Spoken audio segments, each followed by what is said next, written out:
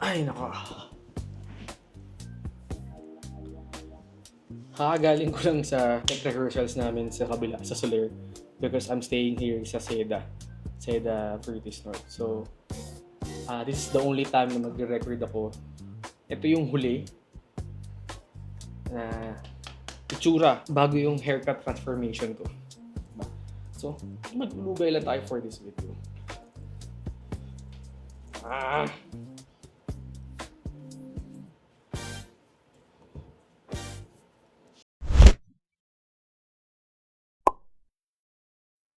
I had a feeling that I need change in my life. Kasi parang sobrang tagal ko na nga siyang dala-dala sa ulo ko, itong buhok na to. And yun din, dahil sobrang tagal ko na rin siyang dala, ang bigat na rin, nararamdaman ko na it's too heavy.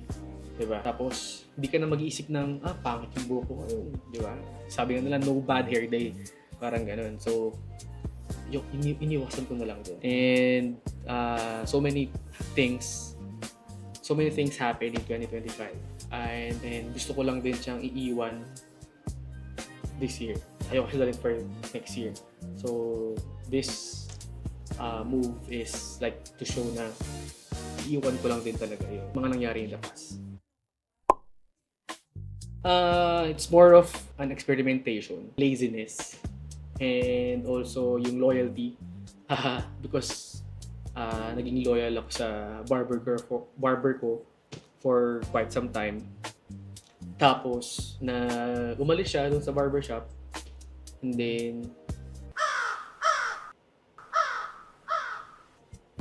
lumabas siya ng Manila, pumunta natin ng province. Doon na siya nagstay. Doon na siya nagupit. So, since wala na siya, hindi na ako nakapagpagupit. So, hindi naging regular pagupit ko. Tapos, parang wala na akong mapagkakatiwalaan sa buhok ko. Siyempre, parang nasanay yung buhok ko dun sa gupit nung barbero ko, gano'n. Dati talaga short hair ako. Nag-start kasi yan, isang maling gupit na mali yung barbero dun sa amin, malapit lang dun sa bahay. Tapos pag uwi ko, pagkakita ko, parang hindi pantay. So parang tinamad na akong balikan, hindi pa ayos. Hanggang sa pinahaba ko na lang, bahala. Ganun. So, yun na. So, experimentation, laziness, and yung loyalty. Yeah. Yes, actually, this is literally new year, new me. For 2026, I really want to focus on myself, yung overall development ko. So, this transformation is really a big step for me. So, itong transformation talaga na to is a really big step for me. And maybe, let's see, next time baka meron ng body transformation. Baka lang kasi humahabol na tayo sa katabaan eh. Number one, drying time. So, pagkatapos mo maligo, actually yung pag maliligo pa lang ako, magwawash na ako ng hair, ang bigat, ang hirap ilinisin. Ewan ko kasi, baka syempre sa babae, madali lang yun. Sa aming mga lalaki, di naman kami sanay. So, yun, nahirapan ako. Tapos, yung drying time, ang hirap magpatuyo, ang tagal magpatuyo. Air dry lang, wala naman kasi akong blower. And then, ano pa ba? Minsan, nakakain ko din yung buhok ko, if mahangin sa labas, ganun. So, yung buhok ko, nasa mukha ko na, ganun. So, yun yung mga di ko mamimiss at gusto ko talaga siyang mawala. Sometimes, yung buhok ko is right all over my face. Naglalaro ako, biglang mag-i-snap yung tali, yung hair tie. Tapos, minsan, naglo-loosen up. So, nagiging lugay naman siya, naglalaro ako. One time, hawak ko yung bola, I'm running down the court, biglang gumunon yung buhok ko. So, parang technically nabulag na ako noon, di ba? Mahirap. Pag nag-jogging, ayun doon, nag-loosen up. So, hindi na ako komportable, biglang may gumagalaw sa likod. Ayun. No more big bottles of shampoo, conditioner, hair oil, what else? Hair tie, ang dami kong tali. Actually, meron binigay sa akin tali recently nung Christmas party. And hindi ko na siya magagamit kasi technically papagupit na ako. So, basically, no, 1,000 of pesos din. Pero di natin alam kasi ito, Yun lang yung ginagawa ko sa kanya. Tapos, baka pag short hair naman ako, kailangan ko na mag-apply ng products to style it. So, hindi ko na rin talaga alam.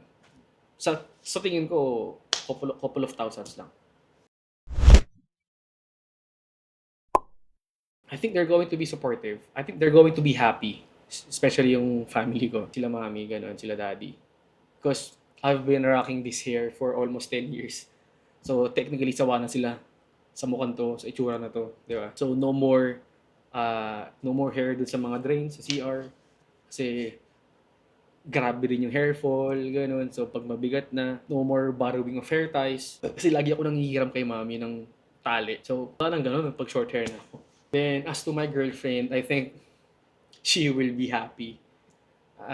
She will be happy with my transformation. Kasi minsan, nagtitrip ako na mag-act ako as babae, long hair, mag-post ako ng babae.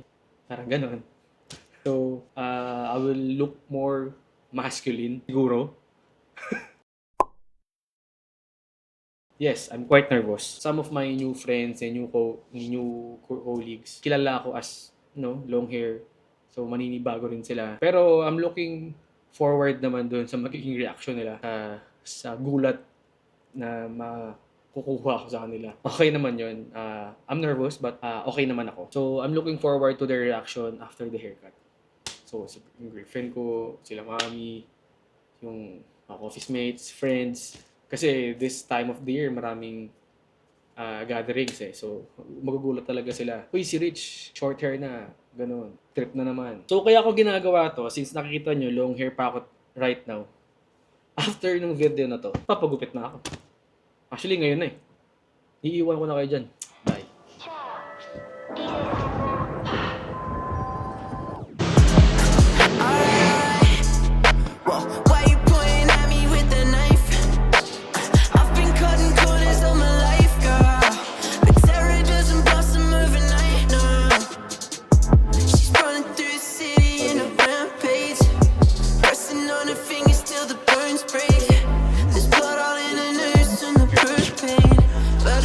Sige, kuya. Sure. Malag na. Goodbye, lo.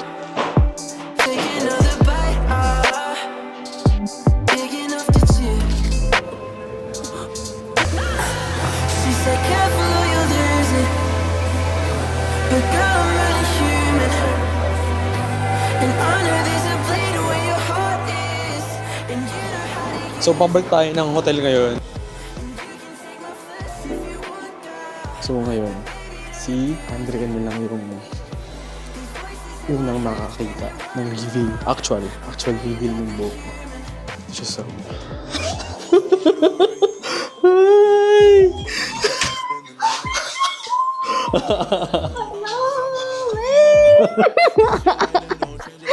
Hello! What happened to your hair? Ay, ano? Oh no, it's gone! Wala na. Para iba yung itsura.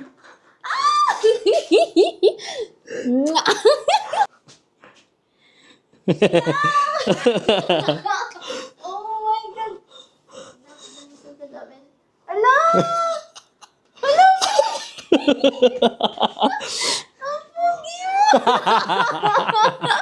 Oh my God! Oh my God! You're so foggy! Hello! After 10 years. 10 years. 10 years na ganito ang buhok. May mga tanong pa ako dito eh.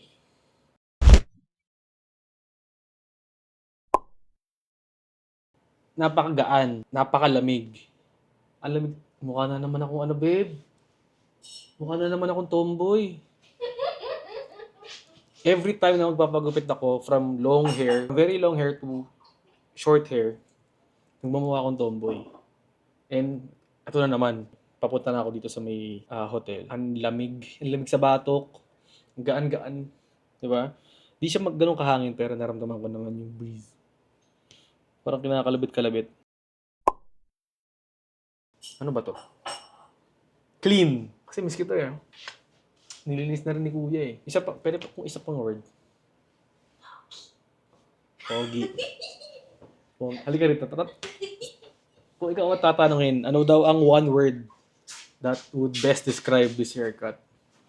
Pogi. Oh, sabi ko sa inyo eh. Hindi ako yung nag-aabol eh. Siya eh. Wow. Ako, alam ko, note ko din, sabi ko dun, ready eh.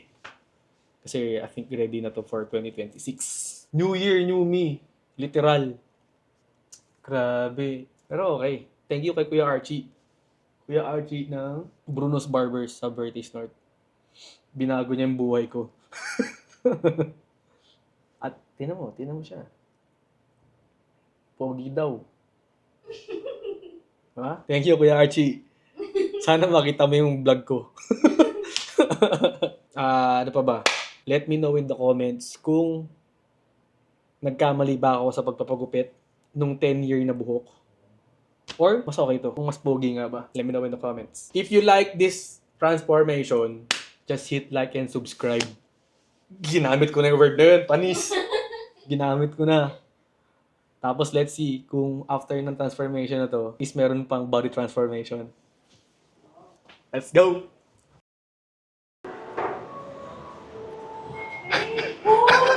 Grabe! Super short! Grabe, kailan pa yan? Ha? Fifth floor, diba? Yeah, fifth floor. Kailan pa yan? Ngayon lang, kakapagupit ko lang. Hey! No! Welcome to my vlog po. Grabe, Rich! Oh, After ilang years? 10 years. Oh my gosh! 10 years yun. Grabe! What made you decide? Panorin mo sa vlog ko, nandun. Meron? Anong page? Mamaya sabihin ko sa'yo. Gago, hindi nga. Oh my God! Grabe, no? Si Rich mahabog.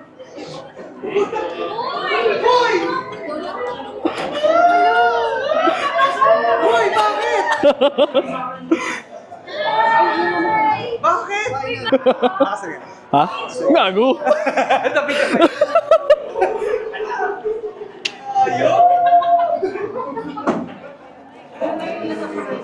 Nagulat din ako sa baba. Sabi ko, bakit ako? Bakit hindi? Wow! Ayun. Ha? Hindi na siya nga siya eh. Wala na kayo? Ha? Kaya ganyan? Hindi ah. Oh my God! Natuwa nga siya eh. Yo. Magpagupit! Pagupit ka ba? Parang ngayon ko lang Oh my God! Totoo ba yan? Oh my God! Anis. Tira ka lang. Ha? Hi, John. 10 years. 10 years to boy. Ba't sayang? Hindi sayang yun. Nagsawa na nga ako eh. Ang mangyayari sa'yo, babalik ko. Uusap ko.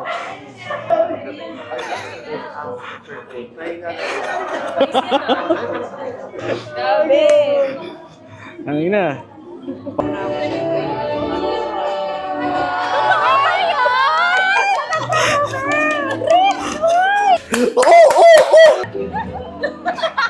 Kaya ka tayo Kaya ka pala pumunta ng mall. Di ba sabi ko sa'yo, papagupit ako? Sinabing ganyan. Oo.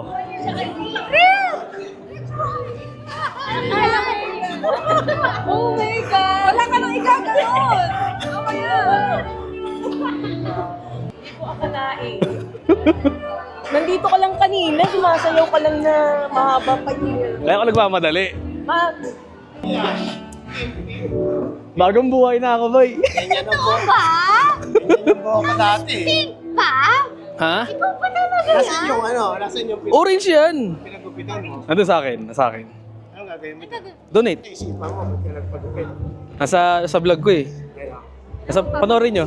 Panoorin nyo. Hindi naman namin. papanoorin pa namin pagkakita mo pa kami. Siyempre. Ha? Buhay mo yan. Sabi ng girlfriend mo. Yung sinabi niya kanina, pogi ko daw. Siyempre, girlfriend niya. Di ka naniniwala? May pera pa ta. Ha? Kala mo na pagupit ako? Parang nakakali yung buhok mo.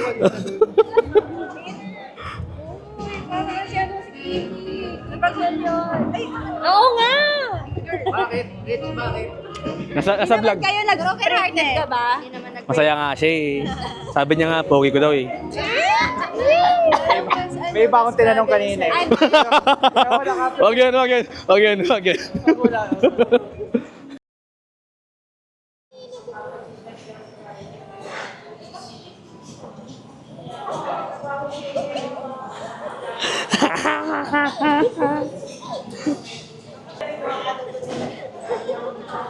Kaya mo, ba't ganyan? Ano sabi sa'yo? Ikaw din lang, puportin ka na. Ikaw, ano sabi sa'yo? Nagulat sila lahat. Ang tingin ko sa sarili ko, mukha akong ano eh, tomboy. Ikaw, ang tingin mo? Tomboy. Meron na kaming kaibigan na dumating ngayon. Pupuntahan na namin siya. First time niya makita ulit yung buhok ko. Kasi nagpagupit ka na. Pansin ko kasi meron ka ng patilya eh. Pag mababok mo, wala ka ng patilya eh. Ayan tayo, boy. Ikaw na ngayon ang pinakamahaba. Mukha ko na ulit yung kita mo. Tita Mites.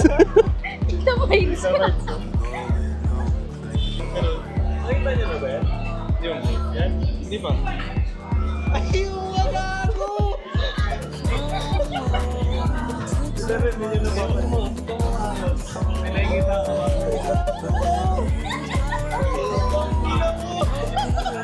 Tama eh. Nakakap kasi, hindi halata eh. Kaya pala nakaka-camera ako. Asa ni Boko, dinunit ko. Sa bahay pa. Pinapalit. May pumibigyan na ako. Hindi ko pa napansin. Pero gusto ko yung pagpunta ako yung mga high school. Yung parang lang. Ay na mo, mga Mark, kasi nakaganyan sa'yo. Hindi masyadong ano eh. Hindi nakakapanibago tingnan.